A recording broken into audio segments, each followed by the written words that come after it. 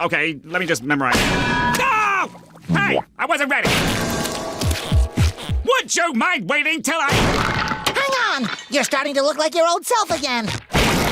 Nope, still too handsome. It's still not working. Maybe I'm not doing it hard enough. Hang on a second.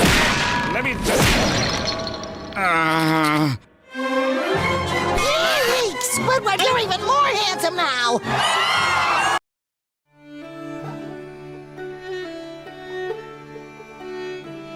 Civ 7 took a big risk, ditching the seamless age transitions of previous entries, opting instead for a much more defined system. 3 entirely distinct and signposted ages: Antiquity, Exploration, and Modern. Playing just Antiquity could be mistaken for an entire game of Civ in its own right, but the transition onto Exploration and beyond has always felt extremely jarring. But with patch 1.2.3, Firaxis has massively scaled back the premise that age transitions should be like hitting the reset button on your empire. The new continuity setting, that is enabled by default I should add, meaning this is now the developer's intended way of playing, has drastically changed what carries over during age reset. Namely, all of your units remain exactly where they are and get upgraded to the first tier of the new age. Note that if your units are inside someone else's territory, they got kicked out as if you just lost open borders. Also, this includes settlers and merchants, which are now a great way to kinda bank production for the next stage and get off to a red hot start on turn 1. Your ships also carry over, so building boats in Antiquity isn't useless, a solid buff for Axum and their DAOs, and finally, a change to not just the continuity setting but the game itself. Buildings maintain their entire base yield now as well. Overall, this new continuity setting, in addition to all the other changes they've made, such as merchants being automatically available from turn 1, have made the transition significantly smoother. No longer does your empire forget what trade is after doing so for thousands of years in Antiquity, nor do your citizens destroy your entire navy when they decide they're not Romans anymore, they're Bulgarian now. And those were filthy Roman boats. Sink 'em, lads. I think depending on your gripes with the system, this has gone a long way to fixing the feeling that your empire suddenly forgot how to do half of its critical functions from age to age. So, all is well, right? No. Wrong. I've been thoroughly enjoying seeing all the posts on the Civ subreddit come out of the woodwork with these changes. After months of some of the most vocal whinging I've ever seen from a video game community that ages and Civ swapping are the worst thing since canned bread, Firaxis has taken steps to address this feedback, and now suddenly the game is losing its identity. Backing away from what made Civ 7 a unique entry in the series, as your empire drastically lurches from age to age in a string of 3 smaller, more isolated games instead of one massive campaign. And you know what? I can see where they're coming from. I don't think the people that are out there leaving these completely unproductive comments on my videos and just about any video discussing Civ 7 are going to come back for these changes. Anything short of making Civ 7 completely identical to Civ 6 but with different graphics will never be enough for them.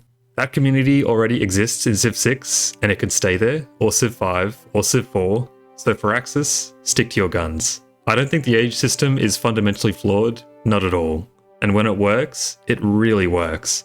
It's responsible for a huge amount of my enjoyment in Civ 7, 150 turns into a game of Civ 6, and I'd be on full autopilot mode as I cruise to victory from a probably, frankly, unlosable position.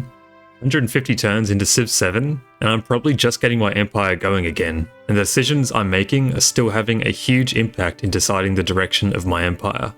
Now, the victory conditions in the modern age, well, let's just pretend those don't exist for a second, because those need some serious work.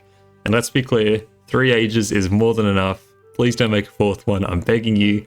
But to my point, for me, and I think the vast majority of players, the first 50 or so turns at the start of a Civ game are far and away the most fun. And with the age system, in theory, you get to experience that first 50 turn feeling 3 times throughout the game instead of just once. Granted, getting kicked out back to the main menu and having all your autosaves get shadow deleted is a horrendous implementation. But this concept actually reminds me a lot of a game called Against the Storm. And if you're not familiar with it, Against the Storm is a city builder, but essentially once you complete a few randomized objectives in your run, a storm comes and wipes out your city, and you start again with a new city, new resources, new goals, new everything. Sound familiar? I think having the legacy paths in Civ 7 be slightly randomized, or at the very least have a few branching paths with different objectives, would go a long way for replayability. And if I was a betting man, I'd say this is exactly the direction they're going, as they keep giving more civs unique ways of satisfying the legacy path conditions, such as Mongolia being able to dominate their home continent, or the Incans generating treasure convoys from mountains. Against the Storm is a great game, by the way, and you should definitely go pick it up. But I do find it funny that a lot of online discussion likes to bring up Humankind and how Civ 7 ripped off that system, but I can't help but feel that Against the Storm is a much better comparison. Humankind's ages are, in many ways, much more similar to previous Civ games, where you just kind of progress through them as the game goes on without as much fanfare or any rubber banding mechanics. But even if you make that comparison, man, does Civ 7 come out on top. The Humankind ages really are all over the shop. Claiming that Humankind failed solely because of Civ switching, therefore Civ 7 will also fail because it has Civ switching, is an insane take. It's the implementation of the mechanic that matters.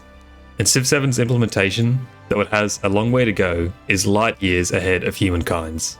Maybe one day I'll make a video on Humankind, because I feel bad for how such an ambitious game turned out. So yeah, let's give credit where it's due. Civ 7 took a huge swing. And for a lot of you out there, and looking at the Steam player charts, had a huge miss. So, should they continue to neuter ages until they're not a significant moment in the game anymore? I don't think so. I actually think right now would be a decent place to stop. With all the continuity changes they've made, I think that the transition aspect of ages is in a great spot right now. It's everything else around it that continues to let the game down. The legacy paths are too one-dimensional, the victory conditions far too unbalanced, and the UI and UX for selecting your new Civ is a complete disaster. I think if you got to advance to your new Civ in-game, so to speak, it would go a long way to making the change feel less abrasive. Though I suspect there's some technical limitations going on there, to be honest. For better or for worse, though, these continuity settings have been made into a toggle. No doubt Firaxis will update the game with the assumption that continuity is on by default, but the toggle is there regardless, and I suppose this is meant to satisfy both camps in a little display of design diplomacy. But anyway, that's all I've got for you today. As I said, let me know what you think about the changes to age transitions so far. Have they done enough to get you to pick the game up again? Or is the idea of changing civs mid-game still a step too far for you? Let me know your thoughts in the comments down below. Don't forget to like or dislike the video, and with that, thank you so much for watching. Have a good one.